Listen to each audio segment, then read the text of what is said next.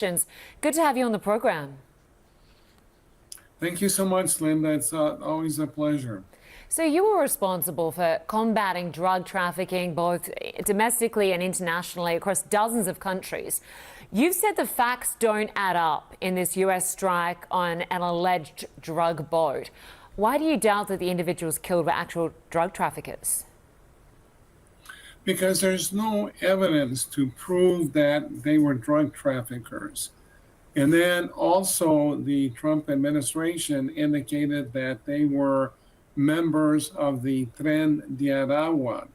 The Tren de Aragua gang is not engaged in transportation of drugs. They're distributors. And the other thing that is a little bit puzzling to me is that in these type of boats that they use to transfer or transport drugs, the crew members only consist of 3 to 4 max. In this case, by the estimates given by the Trump administration, they indicated that 11 were killed. And that is an outrageous number for this type of operation, because when they transport drugs in these small boats, not only will they take drugs, but they also have to take barrels of fuel given the distance that they have to travel. So everything has been destroyed, and there was no reason to blow up that boat. In this case, they decided to use unnecessary lethal force and blow up that entire boat. And there's a strong possibility, as far as I'm concerned, that these were Venezuelan citizens that were fleeing the repressive Maduro regime, given the number of people that were on that boat. How will we ever get clarity on that if these were citizens of Venezuela fleeing that regime? Well, I think that there has to be an investigation conducted, and then the individuals, the force, the naval force that is in the Caribbean is going to have to provide evidence that they knew that that boat was carrying drugs and that these individuals were connected with that venture. It can easily be cleared. But here's the problem, is that these drug cartels or organizations, they usually hire poor fishermen that have these little boats and they know the area to transport drugs. They pay them usually $2,000 to $3,000, and they do it because of the fact that they're very poor. There are reports that a Tomahawk missile was used to destroy that small boat. Does that make operational sense?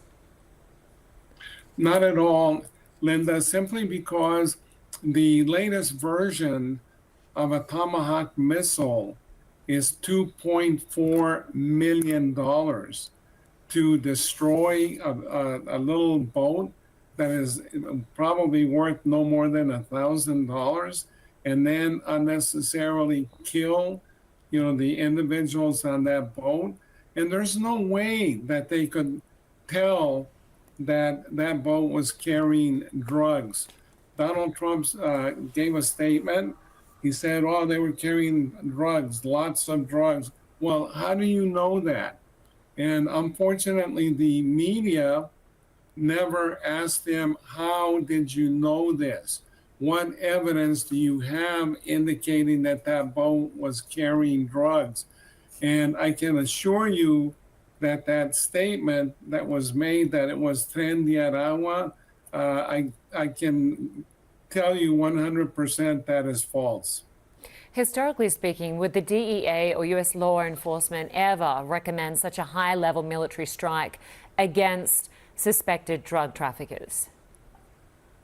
Never, because this would be equivalent, Linda, to a DEA agent walking up to a drug dealer on a street corner in Chicago who's selling drugs and just executing him there, shooting him in the head when there was no provocation, where there was no threat to the DEA agent's life. That is basically what it's tantamount to.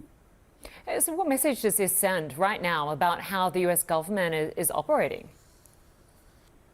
Well, you're right, because unfortunately, you have a lot of unqualified individuals that are in this cabinet. And the fact is that they make calls that deal with extreme cruelty. You can see what they're doing with a lot of the undocumented migrants. And this is another example of the cruelty that is being exacted by the Trump administration. And this causes consternation. It creates instability in Latin America because these countries see these things taking place and they no longer trust this administration. The administration continues to talk about security, but if you alienate a lot of the countries that we've been aligned with for many, many decades, the security level of the United States goes down drastically. Michael Vigil, an important discussion, conversation. We appreciate your expertise. Thanks for joining us. Thank you, Linda.